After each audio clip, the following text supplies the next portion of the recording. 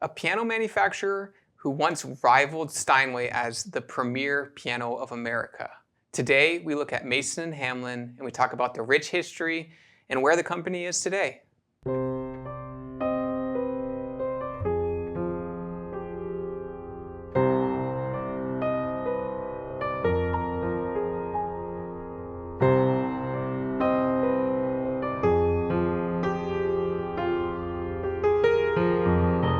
Hi, this is Ted with Alamo Music Center in downtown San Antonio, Texas. I'm Patrick Marr. You can find us online at alamomusic.com. If you haven't already, please subscribe to our YouTube channels, check out our other videos, sign up for notifications, like our videos, leave us comments. We appreciate your support and we love to interact with you. Well, Ted, I think we've talked about Mason and Hamlin a lot on this channel, but we've never highlighted it. Yeah, we've never highlighted it as a brand, which is surprising because both you and I, we have a soft spot in our heart for the brand. I always try to find a way to mention, when we're talking big brands and comparing the big ones, I always try to get Mason and Hamlin's in there because just traditionally, any Mason and Hamlin piano is fun to check it out. It's an incredible instrument, and it's almost one of those brands that if you're around people who play piano and they know about Mason and Hamlin, it's like, oh, you're well researched. You know pianos, you know the brands that used to be the premier brands of America. And Mason today is one of only 3 pianos that are manufactured still here in the U.S. It's amazing. A couple of times, I'd say about maybe once or twice a year, we get that customer to come. I'm just looking around. I have a Mason. I love my Mason. You hear them all the time. Oh, I love my Mason. Never part with my Mason. And if you know what they're talking about, you know why. Yeah, it's often the Model A is often called the best sounding baby grand piano that money can buy. An incredible instrument. It is not cheap. It's a very expensive baby grand. It comes in at like 5'8"-ish. I think they officially call it 5'8.5". But just an incredible sounding instrument. Articulate. And we're going to play an 80s Model A today on the video. That's a fun one that we just got in. But we saw it and we're like, okay, we should highlight Mason and Hamlin. They have a very cool history, and at a time were thought of as the only alternative to a Steinway. It was, you either get the premier Steinway or the premier Mason. And it's funny because you think of modern day like New York versus Boston when it comes to sports. In the piano world, there was a New York versus Boston. And that's kind of where the history of Mason comes from. It's manufactured in Boston, Massachusetts. Great city. Both you and I love Boston a little bit. And so all the way back in 1854, Mason and Hamlin were the 2 founders. I believe the Mason family, his father was a hymn writer and also like a multi-instrumentalist, but partnered with Hamlin, who was at the time making melodeons, which were a reed-based instrument, kind of, from what I could tell, similar to like an accordion. But they got together, and the first instruments they made were melodeons. Quickly switched to a table set reed instrument, which became a reed organ.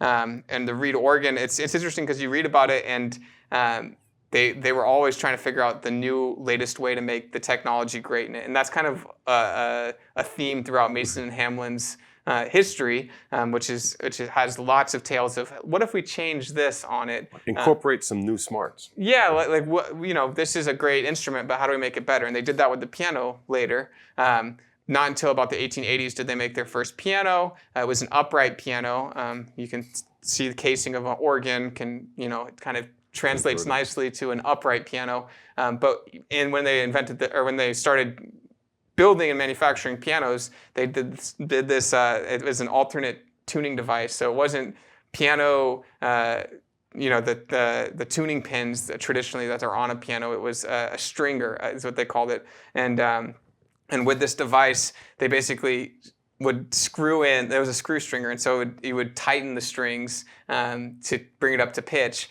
Because if you've ever seen how a piano's tuned, it's kind of a not perfect process with a pin that goes into a block of wood. There's no fine tuning on it. There isn't. So that invention they have reminds me of those fine tuners on a violin. Oh, yeah. Because it's a screw process that pushes or raises up on the string instead of moving the pin on the end. Yeah, and so it makes sense. I don't know if it executed well because today we still have piano tuning pins, and that's the preferred way to tune a piano. But it was that forward thinking of how do we change, Make it innovate? How there's people making upright pianos. How do we separate ourselves as a great manufacturer, which is a great mindset to have as a manufacturer.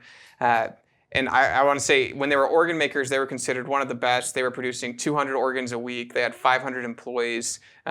Really thought of as the premier reed organ maker in the late 1800s. Fast forward, they hired a guy out of Germany. Gertz was his name, Michael Gertz, I believe. And so he redesigned their scale designs on all their instruments, on their pianos, and introduced actually the one thing that is still on a Mason and Hamlin today. The tension resonator. The tension resonator. And with this technology, with the patent, all this, he became the president of Mason and Hamlin in the early 20th century, and kind of took them through their golden age era, which is where you still find Mason and Hamlins today on the internet. When you look up any Mason and Hamlin grand, and you see it's from the 1920s or the 1920s to about 1930s, and they're going for a very pretty penny still to this day, whether they've had work done on them, whether they're all original. They're very, very highly sought after, and kind of thought of as that was the golden era of Mason. But what's that tension resonator? Talk to me about that. The tension resonator is a really unique, interesting idea. And like a lot of other patents that piano manufacturers own, you always wonder, does this thing really work? I mean, there's so many of them. And the tension resonator is the one thing that I can say it really does work, because I've seen it work. And the reputation that a tension resonator has is amongst most people. They will always say that Mason and Hamlin's sound the best because they maintain the crown on the soundboard. What is it? It looks like a spider, right? It's basically, it looks like the spoke of a wheel. Like someone took a spoke of a wheel that probably belonged on one of those big, what do they call those, penny trotters, or those big bicycles? Yeah. And what it does is it allows them to pull in the rim to a center. And so this tension resonator has a double-threaded, I think it's like steel. And it's kind of like a wire holder, like a wire tightening. But it's a big fat rod. It connects to the bottom of the soundboard, right? It connects into the rim of the piano. Okay. Right underneath the soundboard, along the bow side and along the spine side. And what it does is, I don't know how they measure the tension, if they try to turn each rod, if it's got some kind of like torque wrench on there. That details on it I'm not familiar with, but the idea is that the piano, the bow will never separate and allow the crown on the soundboard, which is supposed to be slightly rounded, to flatten out. So that it'll always have a nice crown in it, and it'll always ring and have a great sustained singing tone. Yeah. And for the most part, every time you play one of their grand pianos, that holds true. Yeah. And I've known about Mason and Hamlin since I was 12 years old. My piano teacher had one, and he proudly set it right next to his Steinway. And of course, he sat on the Steinway piano because he hardly ever played, and the students had to play on the Mason. And one time, we ended up sitting the other way, and I didn't like the Steinway. I wanted to go back to the Mason, because the Steinway, it was a little bit bigger piano, but it didn't have the action, and it didn't have the tone. And I remember looking underneath that piano, because I said, what's with this Mason and Hamlin? Because it sounded as good as a Steinway, but it was smaller. And he said, that's my dream piano. That's the one he had since he was like a teenager.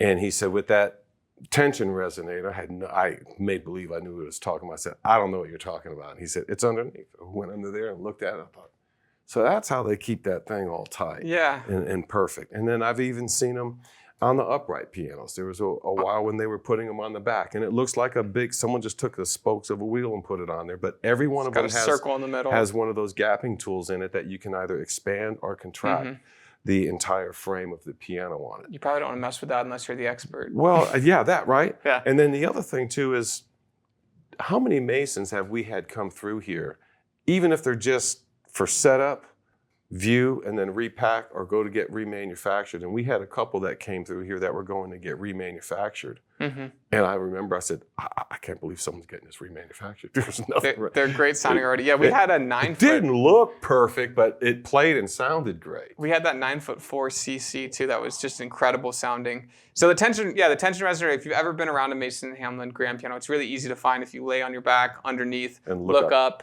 and you'll see it. It's only on Mason and Hamlin's. You don't see it on another piano. It's just kind of a very neat looking device that has a great purpose. And so back to what happened with Mason too is, so in the 20s, everyone from Rachmaninoff, he played one of his famous recordings.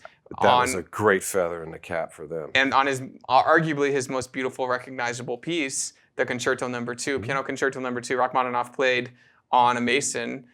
Couldn't say enough nice things about it. And so that was, I think, in 1924. Fast forward a couple years, 1928 happens. And so the company was owned by Cable, who manufactured a lot of pianos.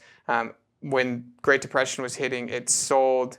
Actually, I think before that, it was at Ampico, the American Piano. American Piano Company. So they American bought Piano, everyone for a while. They were did. just trying to be the largest conglomerate. And so they wanted Mason as their premier brand to compete with Steinway. So that was American Piano Company.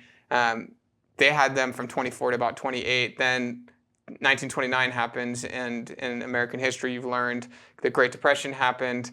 Sales plummeted. And so they eventually sold off. I think at first they sold off the name, the patents, they sold everything, the inventory off to Aeolian, who eventually took over in 1932. And then until about 1942, they manufactured some pianos, but then every manufacturing plant in the U.S. War effort. It was a national. These guys made gliders? Yeah, military glider planes. And so very cool piece of history there. At that point, they had moved to New York. I know, going from Boston to New York, probably a hard move. But then after the war, basically, up until about 1985, it changed ownership, changed hands. Not too many pianos were manufactured under Mason and Hamlin. It's kind of hard to find any pianos within that time frame. And then coming out of 1985, there was a company called Solmer, who bought them. And at that point, was trying to revive the name until a guy named Bud was his nickname. He bought them back, brought them back to Massachusetts, had bought the Falcone name. So he had bought Falcone pianos out of where in Massachusetts? Really? Haverhill, Massachusetts. Bought the Falcone manufacturing plant, bought the name Falcone, moved Mason and Hamlin back into the plant there in Massachusetts. And his main goal was to get that sound, to get that amazing instrument that was built from the 20s to the 30s and bring it back to life, breathe new air into it. And so from 1990 to 1994, there was the golden era of Mason. They were building just a handful of pianos. I think like 30 to 40, maybe 50 grands a year. Yeah, it was. A number of I uprights. think between 90 and 94, they say something like 600 pianos were made. It was a true small manufacturing business, almost like a family-operated thing. So Bud took it and said, let's build it to spec of what Gertz did back in the early 20th century. Let's build it to spec. There was a couple modifications, a longer key, which is to be expected because of after when I think Young Chang and Yamaha started doing after a lot of the imports of international key length. They had the longer keys, so people were getting used to having that. But they also incorporated the Renner action. So everything stayed true. The scale design, the materials, the whole build recipe stayed true to the original of the 1920s and 30s. I played some of those in the 90s, and they were phenomenal instruments. I had. No, they were like the biggest, boxiest, boatiest looking piano in the store. Mm-hmm. But they played and sounded the best. Oh, incredible! So I had a lovely lady looking for a 90 to 94 Mason and Hamlin, part of that second golden era of these instruments, and she had gone to Canada, she'd gone to Chicago, to New York. She was looking all over the place, and I was like, I will keep an eye out for you, but there's no telling if I'll ever see one in my entire life. And honestly, 3 to 4 months later, we had someone call us from Austin, whose father had passed away, and they were looking, he had this one piano, she didn't know too much about it, looking to consign it with us or bring it in. It was a 92 Mason Hamlin Model A. It fit the bill perfect for this lady who was looking for it. She came in that day, purchased it. It just was made her life, because that's how sought after these Masons are. And so just an incredible instrument, incredible sounding, playing instrument. And then after 95, there was another company that stepped in and purchased the company in 95. And 96, that is when the current family that bought it, and they actually own Piano Discs as well too.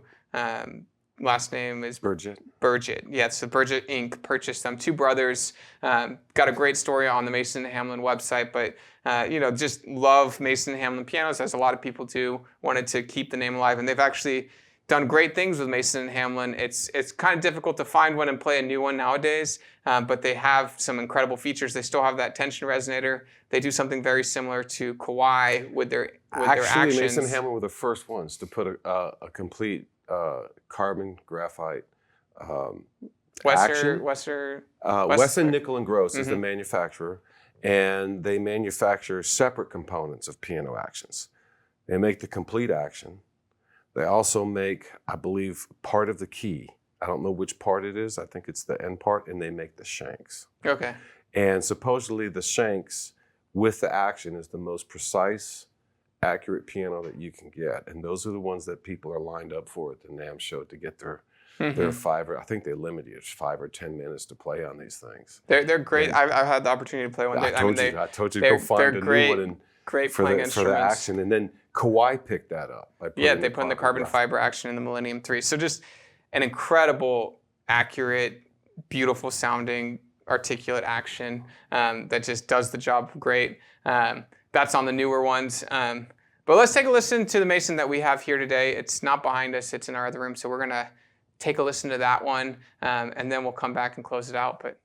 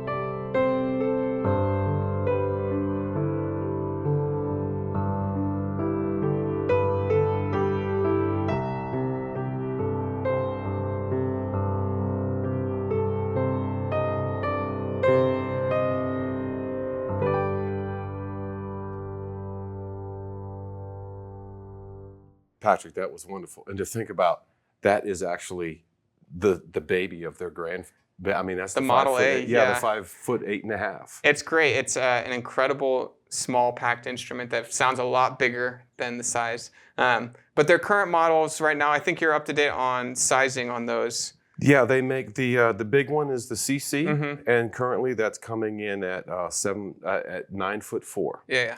And then the next biggest one they make is the BB, and that's 7'2". Okay. They got CC CC. is the big one. That's 9'4". Then the BB is 7'2", and then the CC I believe is like 6'4". Yeah, right over 6 Oh no, feet. the AA is 6'4". Yeah, right over And then the A is 5'8.5".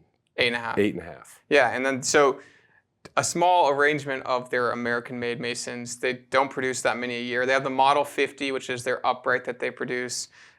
Great sounding instrument. I love that selection. I think that a piano manufacturer, I mean, I'm not knocking Yamaha or Kawai. I mean, they build stuff for the world. Mm-hmm. I mean, the world market. I mean, obviously, Mason and This Hamlin is like a not niche. They're more of a niche manufacturer, but they have a controllable amount of models, Mm-hmm. and it's not like they have bunches of different kind of uprights and stuff like that. Mm-hmm. However, within those few models that they make, the 9 foot, 7 foot, 6 foot, and then the 5'8.5", those models that they make, they have different degrees of those. They have like the top of the line, then there's the artist series, and there's a classic series. Yeah, those are more. Those ones are coming in. Those are a new endeavor that they've actually. That's their newest and latest endeavor that they have. They realize that they have a lot of brand recognition because of the name is Mason. They've done Hamlin. a lot of marketing, and this is the one thing that's fascinating is that I would say whenever we have a Mason and Hamlin in the store, if we have Mason and Hamlins, they are just as attractive to a piano buyer as a Steinway. Mm-hmm. And a lot of times, they're pianos. a premier manufacturer. So just a great story of Mason and Hamlin. We had fun playing it today, talking about Mason today. If you've ever played one before, if you've owned one, if you have nice things, or maybe you have a differing opinion and say, hey, no, I don't like them because of this, please leave some comments. I know a lot of people would appreciate it and love to start discussions on why Mason is either the best or why it is overvalued, overrated. Sometimes people have that opinion as well. Feel free to comment. Thank you guys again for watching, and please subscribe if you haven't. We love making great content like this, and we'll be highlighting more piano brands very soon.